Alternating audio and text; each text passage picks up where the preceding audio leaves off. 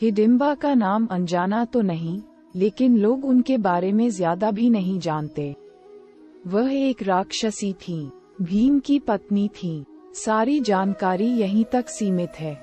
इस पुरुष प्रधान समाज में स्त्री स्वाधीनता की एक नई लकीर खींचने वाली हिडिंबा पर आखिर ज्यादा बात क्यों नहीं होती? क्या राक्षसी का परिचय उन्हें महाभारत की सशक्त नारियों द्रौपदी और कुंती के साथ बराबरी में रखे जाने से रोकता है?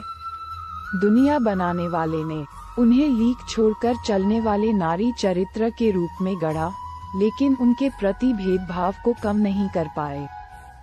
शायद इसीलिए हिडिंबा स्वाधीन और साहसी नारी, प्रेमिका, पत्नी, मां होने के बाद भी अछूत ही रह गई।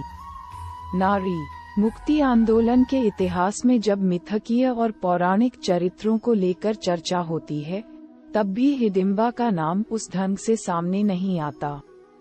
क्या ऐसा इसलिए है कि इस देश के जात-पात में बंटे समाज में वह एक राक्षसी है, निम्न वर्ण की है?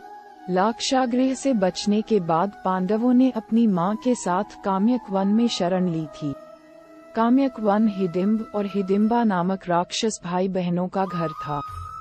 वन में पांडवों की मौजूदगी के बारे में जानकर हिडिंब ने अपनी ही तरह साहसी अपनी बहन को उन्हें मारने के लिए भेजा। लेकिन ये प्यार भी अजीब चीज है, या यूं कहें कि इसी ने कुरुक्षेत्र के युद्ध का होना निश्चित किया।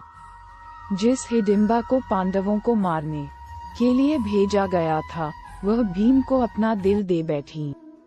एक ऐसे पुरुष को जो कद काठी, वीरता, युद्ध कौशल, प्रेम में उनके जोड़ का था।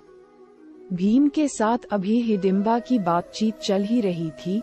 भीम समझा रहे थे कि उनके लिए अपने भाइयों और मां को छोड़ पाना किसी तरह संभव नहीं। तभी मौके पर राक्षस हिडिंबा धमका। अपनी बहन के बदले रंग ढंग देखकर वह बौखला उठा। वह हिडिंबा को मार डालने पर उतारू हो गया, तो हिडिंब और भीम के बीच भीषण युद्ध हुआ। इस युद्ध में आखिरकार हिडिंब मारा गया। युद्ध में बड़े भाई के भीम के हाथों मारे जाने के बावजूद हिडिंबा का भीम के लिए प्यार कम नहीं हुआ। उन्होंने कुंती से भीम के साथ रहने की अनुमति देने का अनुरोध किया। कुंती राजी हुई और उनके निर्देश पर भीम ने हिडिंबा से विवाह किया। हिडिंबा ने यहाँ भी जो किया, वह दुनिया की रीति के उलट था। उन्होंने स्वयंवर नहीं रचाया, बल्कि उस पुरुष से खुद प्रेम निवेदन किया जिस पर उनका दिल आ गया था। वह भीम के साथ रहना चाहती थी। उन्होंने विवाह करने की कोई जिद नहीं की थी। आमतौर पर पत्नी की जिम्मेदारी पति उठाता है, लेकिन हिडिंबा ने पांडवों का सारा भार खुद उठा लिया। उनके लिए कुटिया तैयार की। 1 साल जब तक वे वहां रहे,